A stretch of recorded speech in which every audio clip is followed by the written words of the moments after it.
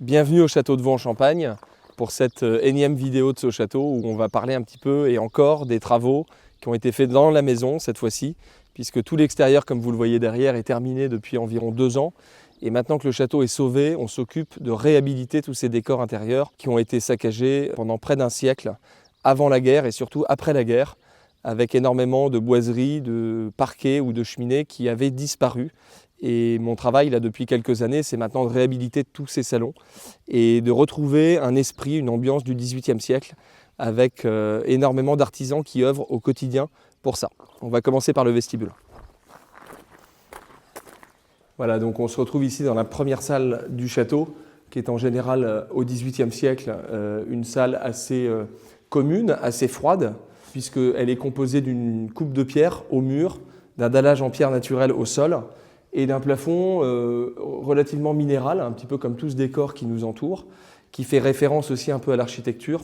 On l'a abordé plusieurs fois dans des vidéos précédentes, mais la restauration de cette pièce a été basée aussi sur les façades du château, puisqu'il y a une référence mythologique assez forte aux dieux de la Grèce antique. On retrouve Mars et Vénus sur ces deux bustes. On retrouve un certain nombre de trophées de chasse aussi qui ont été achetés dans des ventes aux enchères. Et tout le mobilier est composé d'un mix 18e et 19e pour composer une maison qui était habitée et très vivante. Voilà. Et on va passer dans le grand salon qui est la pièce voisine.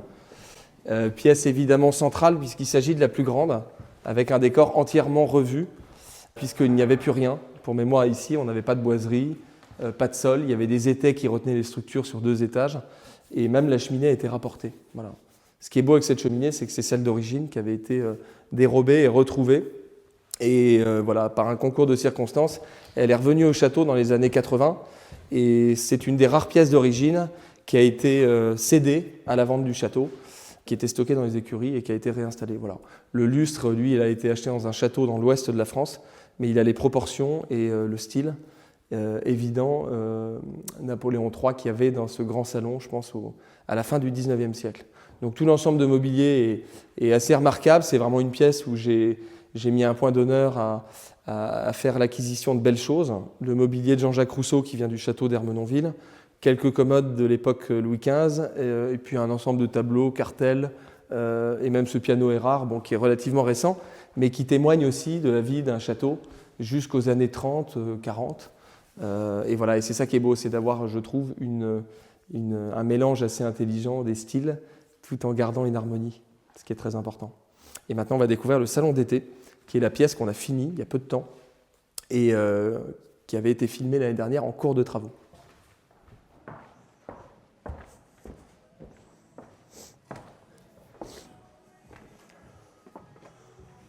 Je vais vous faire un peu d'acrobatie.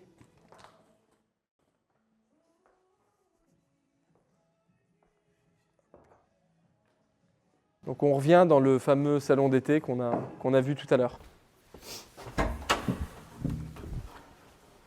Voilà, donc on se retrouve dans cette deuxième pièce qui est très centrale, étant donné son implantation. À la différence du vestibule, on se retrouve sur la façade arrière, ce qui veut dire qu'il y a beaucoup plus de lumière. On est plein sud. Le vestibule, je vous ai dit tout à l'heure qu'il était assez froid, assez solennel, puisqu'il est plein nord. Donc il y a beaucoup moins de lumière, il y a cette minéralité qui est très présente. Et là, on est dans une pièce vraiment dans un esprit assez doux du XVIIIe siècle, qui témoigne d'une vie à la campagne assez élégante et à la fois assez sobre. C'est pour ça que ces boiseries ont été repeintes en gris. C'est un gris de l'époque Louis XVI qu'on retrouvait dans beaucoup de châteaux de cette période. Et là, évidemment, on a tout refait. C'est la pièce qui a coûté le plus cher en travaux parce qu'il n'y avait pas de sol, pas de plafond sur 3 étages au-dessus de nous et rien au niveau des murs, pas de cheminée, voilà, même pas de fenêtre. Donc là, il a fallu vraiment s'inspirer de décors classiques dans d'autres châteaux et recomposer tous ces éléments. Le dallage à cabochon qui a été acquis chez plusieurs récupérateurs de matériaux parce que la pièce est relativement grande, elle doit faire une 60aine de mètres carrés.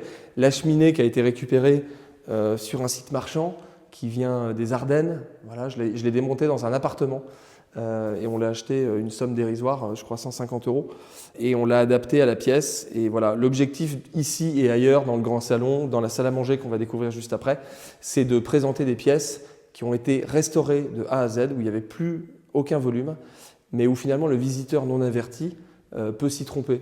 On n'a pas du tout envie que les gens aient l'impression que tout est refait de A à Z. Et là, il s'agit vraiment d'une restauration plutôt qu'une rénovation. Et voilà, le but, c'est de donner le change et de rétablir un état d'esprit de maison de famille.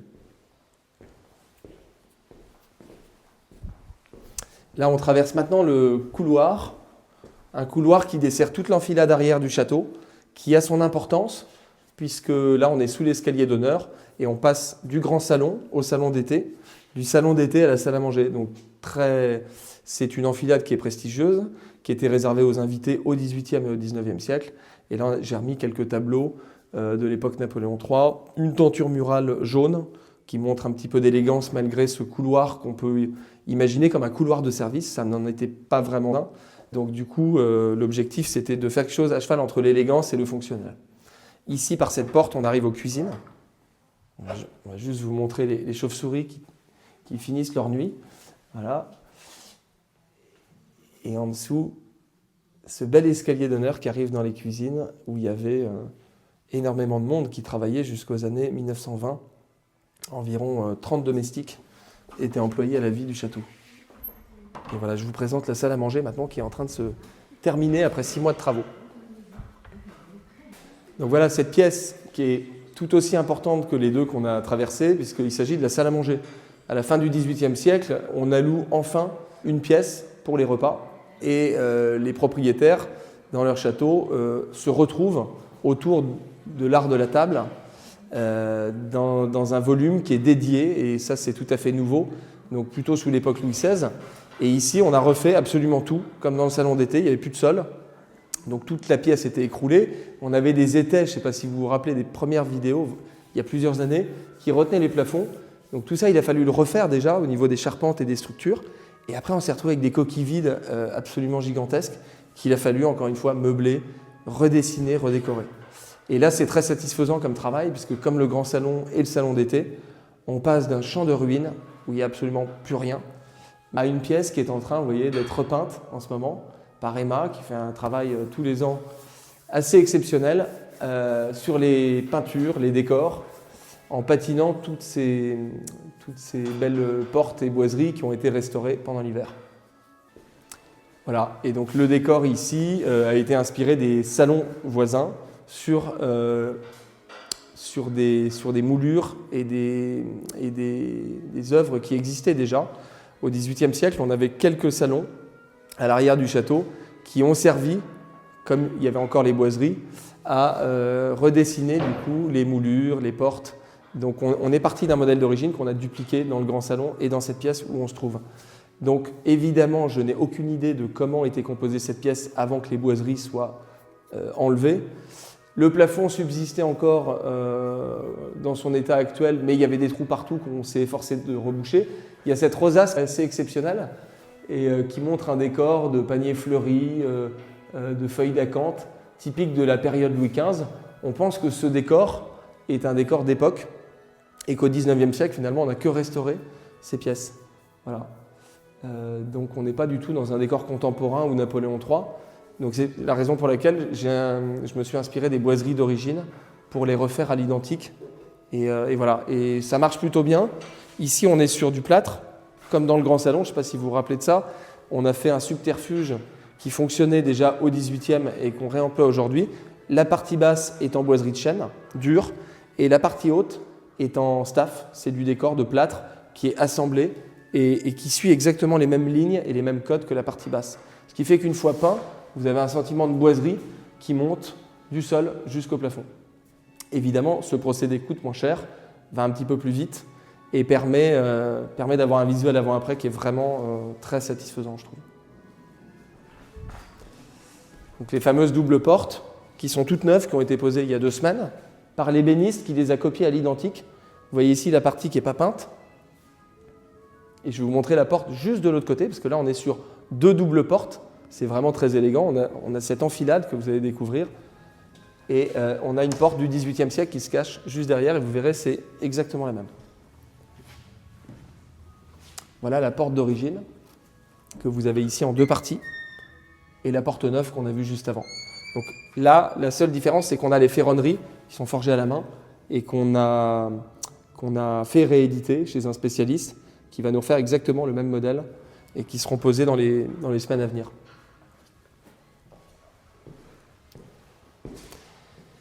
Ici, on est dans la dernière pièce du château, qui est le pendant d'un salon qu'on a restauré il y a 2 ans, qui s'appelle le salon de musique.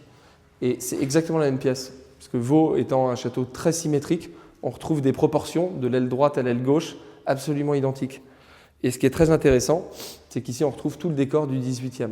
Ça paraîtra pas grand-chose pour les personnes qui vont voir ces images, mais même après des mois de travaux où on a refait juste un sol et le plafond, finalement vous retrouvez les boiseries du 18e siècle en soubassement, les impostes des portes, les portes avec toute la ferronnerie du 18e siècle qui est là, qui n'est pas encore fonctionnelle mais qui va l'être bientôt, toutes les corniches en bois sculptées à la main dans les années 1730 et ce trumeau de cheminée qui a été acheté pour le coup, puisqu'il fait partie des éléments qui avaient disparu sur la disposition d'origine.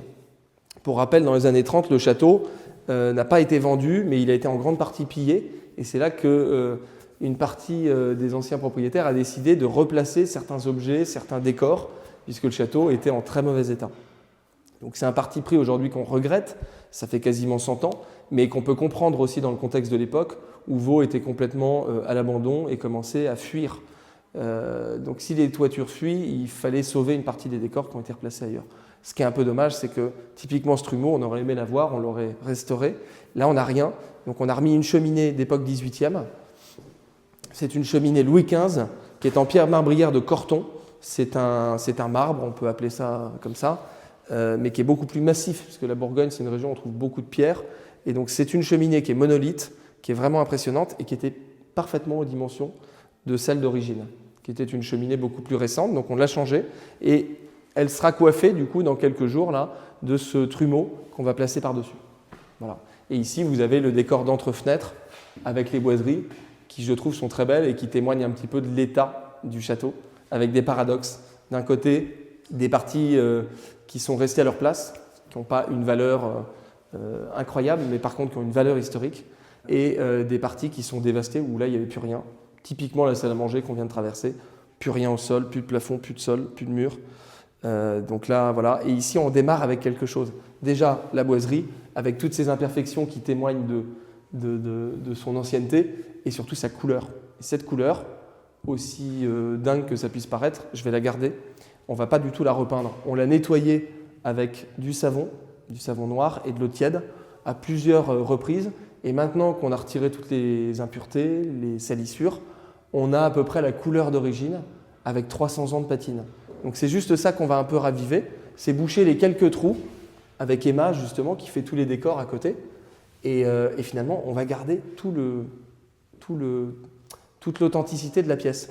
Les murs en plâtre, eux, ils vont être retapissés avec une tenture murale de chaque côté de la cheminée et sur ce grand mur où là, on voit un encadrement qui est vide et qui va être entièrement recouvert de tissu. Donc soit un tissu floral, soit un tissu uni, neutre, qui permettra de mettre en avant quelques tableaux, quelques miroirs. Voilà. Mais là, on a un volume de pièces complètement dans l'état d'esprit de l'Ancien Régime. Voilà, on retourne dans cette salle à manger du château. Et je voulais quand même vous montrer ce que fait Emma, parce qu'elle est la dernière des artisans à passer. Et c'est une tâche hyper importante, parce que c'est elle qui va un peu homogénéiser tout ça par la peinture, par la patine qu'elle va mettre sur la peinture. Et ici, on est parti, grâce à ce trumeau qui est 18e, que j'ai acheté dans une vente aux enchères, donc qui n'a rien à voir avec le château. On a une peinture d'origine qui est très belle, qui est un vieux vert bleu un peu. Et Emma a réussi à contre-typer cette peinture à l'exact identique. Et on va dupliquer ce vert partout, parce qu'on voit que ça fonctionne très bien avec les dorures, le miroir qui va être posé là demain. Et voilà, donc on est parti sur une sous-couche qui est claire, vous voyez que tout ça c'est beige, mais en revanche la peinture définitive ça va être un vieux vert qui va peut-être un peu assombrir la pièce, mais comme elle est très lumineuse, c'est pas très grave, et ça va donner toute l'ambiance qu'on aime, je trouve, dans un château de cette époque. Voilà. C'est hyper beau de voir que toutes les couleurs se sont accordées là. Donc il n'y a que ça finalement qui ne va pas être repeint. Et on a passé un petit peu d'huile de lin pour retrouver vraiment la couleur originale. Voilà. Et la cheminée qui est d'époque Louis XV, qui a été aussi achetée à un particulier dans un chantier de démolition Elle était en 1000 morceaux, on l'a reconstituée, on a mis des broches, on a mis de la résine pour la recoller. Donc ça ne se voit pas du tout. Là, il y a une petite réparation, mais ce n'est pas grave. Ça montre que c'est une cheminée ancienne. Et on a retiré, il y avait environ 10 couches de peinture dessus, c'était une horreur. Et voilà, et je pense qu'on va la peindre en faux marbre, comme les plinthes. Là, on a fait un exemple ici. Enfin, je dis on, mais c'est Emma, hein, moi j'ai rien fait du tout. On a décidé avec Emma, par contre, de la couleur, qui pourrait bien s'accorder, vous voyez, avec le vert et la dorure. Ce vieux marbre un peu noir, veiné blanc. Et la cheminée sera peinte comme ça se faisait au 18e. Alors aujourd'hui, c'est un peu choquant parce qu'on aime bien les matériaux naturels, on aime bien décaper des boiseries, décaper de la pierre. Au 18e, on recouvrait tout. Tout était peint dans la plupart des pièces. Et il était plus élégant dans une salle à manger d'avoir une cheminée en marbre qu'en pierre naturelle. Donc on va la peindre et ça va rappeler un petit peu les tonalités du sol à cabochon, qui est un dallage très ancien, qui a été retrouvé dans la pièce et qu'on a reconstitué de A à Z. Le vieux placard. Ça, pour la petite histoire, c'est des portes qu'un ami m'a données dans un chantier de restauration d'un hôtel particulier à Paris. Et c'est un ami qui habite à Fouchères et qui m'a dit, voilà, on restaure tout l'hôtel, il y a des portes anciennes, on doit mettre des portes coupe-feu, c'est hyper triste, mais du coup on se sépare d'un ensemble de doubles portes. Et c'est exactement le modèle des portes du 18e qu'on a là-bas à l'autre bout du château, qui étaient les seuls témoins que je vous ai montré tout à l'heure, et qu'on a copié, et en neuf ça donne ça. Donc vous voyez, dans la même pièce, on met des portes anciennes et des portes neuves, le tout se raccorde. Mais comme on a du bois qui a vécu d'un côté et là qui est neuf, finalement tout ça participe à tromper un peu le visiteur dans les décors qui sont rapportés avec du neuf, de l'ancien, des couleurs anciennes qu'on va dupliquer en neuf et qu'on va vieillir avec Emma. Et on espère que le tout ne se verra pas et que la pièce ait l'impression de ne jamais avoir bougé finalement. Et même les vieilles étagères, on va les remettre. Les vieilles étagères poussiéreuses là. Alors, il y a beaucoup de gens qui les auraient foutues au feu. Moi, je les ai gardées parce que vous voyez, il y a cette vieille couleur, ce vieux gris là, qui va être juste passé à l'huile de lin et qui va repartir pour un tour. Et là, on a encore les cales où on va pouvoir disposer nos échelles, comme ça, avant de mettre de la vieille vaisselle, un peu de porcelaine, un peu de cristallerie. Voilà. Ça, c'est la dernière étape parce que, en général, quand on finit un chantier comme ça, j'ai plus un sou à la fin. Donc, ça va être difficile d'acquérir des jolies collections de vaisselle. C'est pas trop ma partie d'ailleurs, je dois l'avouer. Mais voilà, il faudra évidemment disposer d'une grande table ovale, une paire de consoles avec des marbres. Et là, ici, il y aura un ensemble de tableaux. Et on a une paire de tableaux qui est très belle, qui ira ici. Et toutes les parties hautes, vous voyez, ce sont des cartouches qui ont été copiées sur les impostes des portes. Et comme tout ce décor est aligné, vous faites tout le tour de la pièce, c'est identique. On va y mettre des trophées de cerf. Voilà. Sous l'Ancien Régime, on tolérait les trophées de chasse, en général des massacres de cerfs, ou dans le vestibule, ou dans la salle à manger. Ou les deux, mais on n'en mettait pas dans les salons, dans les chambres, évidemment. Donc il ne faut pas en abuser. Mais comme c'est un château qui a été aussi construit pour l'exercice de la chasse, c'était une demeure de campagne sous l'Ancien Régime, il ne faut pas oublier que cette chasse était très présente. Voilà. Moi, à titre personnel, je suis chasseur, je défends ce mode de vie. J'ai monté un équipage qu'on va voir tout à l'heure. Et il y a quelques chiens maintenant qui sont dans le chenil et qui font revivre et qui participent à cette renaissance dans le château. Et donc pour parler de la chasse, pour parler des chiens, pour parler de cette vie qu'il y a à Vaux maintenant, je vous emmène découvrir le chenil qui a été restauré l'année dernière et qui accueille 60 chiens de meute.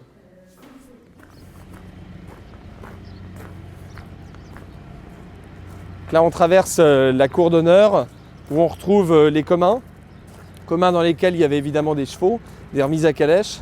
Ici la particularité c'est qu'on a encore la grainerie, le pressoir et la forge du XVIIIe siècle. Rien n'a bougé, c'est des choses qui n'avaient aucune valeur dans les années d'après-guerre, donc ça n'a pas été bousculé, on va dire, par l'histoire. Et il y a encore une ambiance qui est vraiment particulière avec cette vieille sellerie, l'appartement du cocher, les écuries dans lesquelles j'ai remis des chevaux, puisque du coup on chasse ici à Vaux, on a des chiens qu'on va découvrir tout de suite, on a des chevaux qui nous transportent.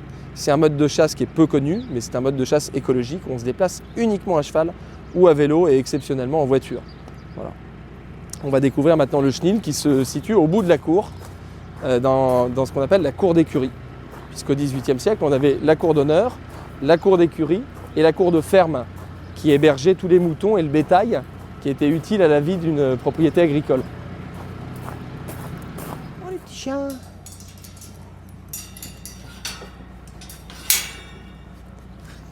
Bon, les petits loulous.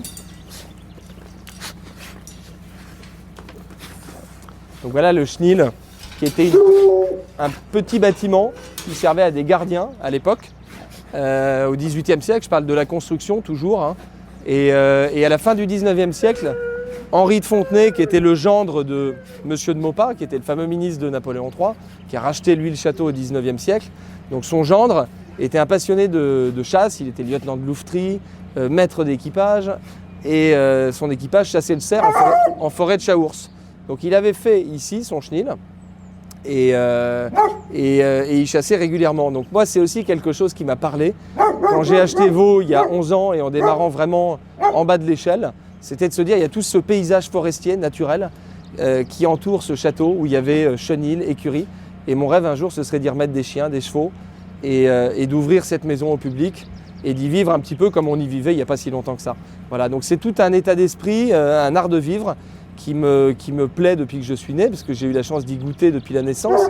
Mais ce que je veux, c'est prolonger ça et aller un peu plus loin en utilisant ces chiens et en les habituant au quotidien à vivre avec nous. Et on les aime, ils ont tous un nom, on les connaît un par un. Et ils s'expriment en forêt 2 fois par semaine, puisqu'ils chassent, et on chasse le chevreuil. Voilà, donc c'est une chasse qui est très dure, on a beaucoup de mal à prendre un animal, mais en attendant, ça n'a pas de prix, puisqu'on s'exprime, enfin les chiens s'expriment dans des paysages naturels qui sont magnifiques et qui nous permettent vraiment de passer des journées incroyables et hors du temps. Donc ça va un petit peu avec cette passion des châteaux, c'est un mode de chasse traditionnel où il n'y a pas d'armes à feu, pas de téléphone, pas de véhicule, et voilà, on passe un super moment. Je vais vous ouvrir la grille du chenil et on va voir un peu les chiens.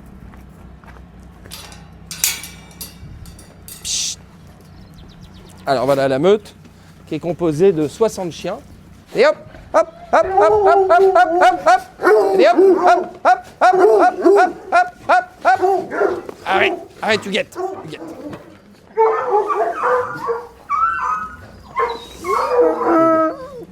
Donc voilà, un chenil, c'est un endroit... Eh allô, andouillette. C'est un endroit un petit peu bruyant, donc il faut parler fort aux chiens, on est obligé, sans leur hurler dessus. Individuellement, on va leur parler avec beaucoup de douceur et on va les flatter. Par contre, quand on s'adresse à la meute, c'est une arme, une meute, c'est une entité qui est assez puissante et de laquelle il faut se faire un peu respecter, sinon les chiens vous sautent dessus, ils vous submergent. Et voilà. Et à la chasse, c'est pareil. C'est pour ça qu'on appelle ça des chiens d'ordre, tout gentils qu'ils soient. C'est des chiens adorables qui ne feraient jamais de mal à une mouche. Mais c'est des chiens qu'on utilise pour la chasse et qui doivent un peu obéir. Donc voilà. Donc on les éduque à cette obéissance par le respect qu'ils ont les uns envers les autres. Sinon il y a des bagarres. Et voilà, cette meute vit, ils sont 50 dans un chenil, donc il faut qu'ils se respectent. Il y a une hiérarchie et il y a des codes. Et ces codes, ça nous aide à la chasse, à les manipuler dans le calme et dans le respect pour que on ne s'énerve pas et que les chiens nous obéissent. Voilà. Et quand on est à cheval, les chiens nous suivent. Si on décide d'arrêter la chasse parce qu'ils ont fait de bêtises, on arrête tout et ils doivent nous écouter. Voilà. Donc c'est pour ça qu'on connaît chaque prénom. S'il y a ce chien par exemple, si j'appelle Uranium, il va venir. Uranium, viens mon Uranium, Uranium, viens. Voilà. Ça c'est Uranium, c'est un petit chien qui a 2 ans, qui est très beau, qui est très bien fait parce qu'il est assez fin. Et voilà, c'est vraiment un modèle de chien qui est fait pour chasser le chevreuil. Ce sont des races de chiens qui sont nées en France quasiment sous l'Ancien Régime. Et aujourd'hui, la vénerie ou la chasse à courre, elle permet aussi à ces chiens de survivre. Parce que si demain, il n'y avait plus de chasse à courre, et ça a été longtemps dans les tuyaux, j'espère que ça ne sera pas le cas, mais il y a beaucoup de gens qui veulent interdire ce sport et qui n'ont pas conscience derrière qu'il y a tout un élevage, qu'il y a tout un écosystème qui dépend de ce sport. Voilà. Parce que ces chiens, vous voyez que si on les met dans un appartement, vous voyez, ils n'ont pas vraiment un physique pour être sur le canapé. Si vous le faites, c'est possible avec peut-être un chien, mais pas avec une meute. Voilà. Donc il y a environ 50 000 chiens courants en France, plutôt 100 000 même, et il y a une grosse partie qui est utilisée pour la chasse aux chiens courants. Voilà.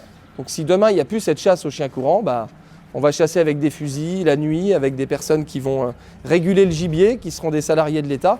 Nous, c'est une passion, on le fait vraiment par amour du chien, du cheval et de la nature, quoi qu'en disent nos détraqueurs. Donc voilà. Et cet élevage, on va voir à côté tous les chiots. Dans chaque équipage, naît en moyenne 20% de l'effectif de la meute. Donc ici, on a 15 chiens qui sont nés l'année dernière. Donc que des petits chiots qui ont entre 6 et 8 mois. Andouillette, arrête. Ils sont tous adorables. Ils ont un prénom depuis un mois là. On leur a tous donné un prénom. Je suis en train de les apprendre. C'est pas évident parce qu'ils se ressemblent vraiment tous là. Autant ici, comme on a créé l'équipage il y a un an, on a des chiens qui sont assez différents. La meute n'est pas très homogène pour l'instant. Là, on a un chien tricolore par exemple, un très joli chien. Et là, on a une chienne. Et allô, on a une chienne qui est blanc et orange. Là, tous les chiots sont blancs et orange. Donc, ils sont très durs à différencier. Chut, arrêtez. Allez, petits chiens. Allez, petits chiens, les petits chiens, les petits chiens. Voilà, donc tous les jours, on leur fait faire une sortie. Ils ont 60 hectares pour se promener. Donc, c'est évidemment, c'est pas une vie de chien, c'est une vie au paradis pour eux. Alors, évidemment, il y a des grilles parce qu'on ne veut pas qu'ils se sauvent. S'ils se sauvent, ils partent en forêt, ils vont immédiatement chasser. Ces chiens-là ont un instinct de chasse. On n'a pas besoin de les motiver. Je peux vous dire que s'ils voient un chevreuil dans un pré, ils courent après.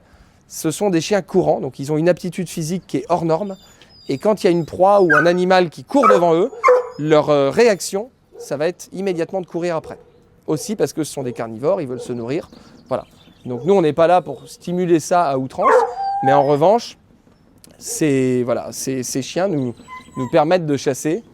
Et eux, on les voit s'exprimer. Et en fait, on voit 50 chiens quand on les emmène à la chasse qui ont le sourire. Et ça, c'est ce qu'il y a de plus beau finalement. C'est quand on les voit chasser et prendre de temps en temps, c'est très rare. C'est magnifique parce qu'en fait, c'est ce qui récompense le chien. Hein, ma Huguette, toi, t'es très très gentil. Toi. Voilà. Et donc derrière, ils ont une grande cour des bacs qu'on va voir.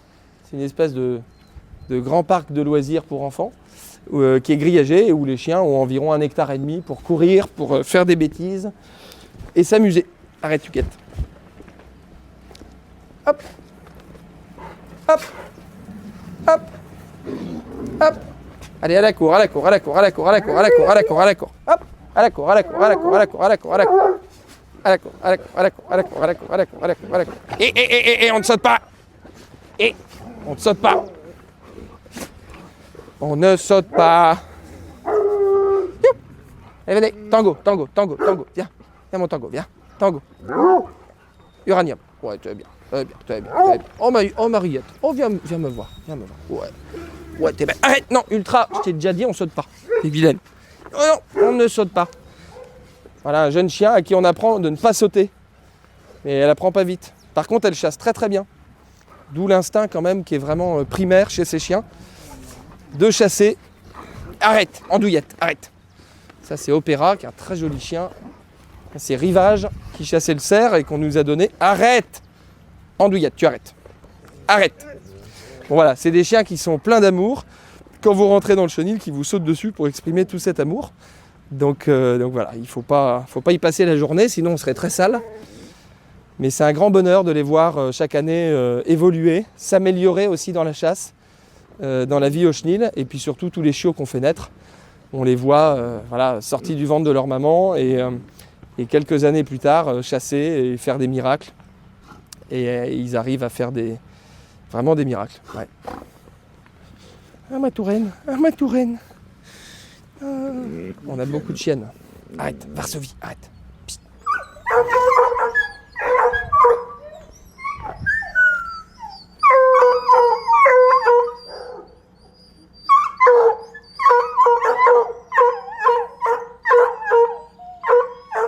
Donc les travaux qu'on vient de parcourir sont les derniers travaux du rez-de-chaussée. C'est évidemment une étape hyper importante dans le projet parce que ça fait 10 ans, comme vous savez, que je m'investis beaucoup pour cette maison. C'est un projet qui était impossible il y a encore quelques temps et qui s'est concrétisé grâce aussi à l'intervention de l'État sur les travaux de grosses œuvres où on m'a permis d'avoir un cofinancement, des subventions assez importantes, ce qui a permis de convaincre les banques et vraiment d'avancer dans ce programme de sauvetage. Maintenant, les intérieurs, c'est une question de temps. On a fait le plus dur là. C'est des pièces qui ont coûté quand même beaucoup d'argent, qui ont été autofinancées en totalité, puisque là, on n'est pas classé monument historique à l'intérieur. Donc, ça veut dire que c'est le fruit des visites, des événements qui permet chaque année d'avancer dans cette restauration. Bientôt, on va attaquer du coup le premier étage, où là, il y a une enfilade de 7 chambres, une chapelle, une bibliothèque. Toutes ces pièces vont être restaurées de manière assez organisée, pareil, tous les ans. Donc voilà, donc il y a une progression qui est évidente et qui est constante, et que les gens de la région, mais aussi d'ailleurs, et j'espère vous tous, pourrez venir et découvrir ce château qui est en renaissance constante. Et même au bout de 10 ans, on s'aperçoit qu'il reste beaucoup de choses à faire. Et c'est mon rôle et c'est ma fierté Donc voilà, je voulais vous remercier de suivre aussi ce parcours, cette évolution. Quand je revois ces vidéos depuis le début, ça me procure évidemment une grande joie, une grande émotion et vous serez toujours les bienvenus pour découvrir la suite, le premier étage, le deuxième étage et tous ces décors qui reprennent vie.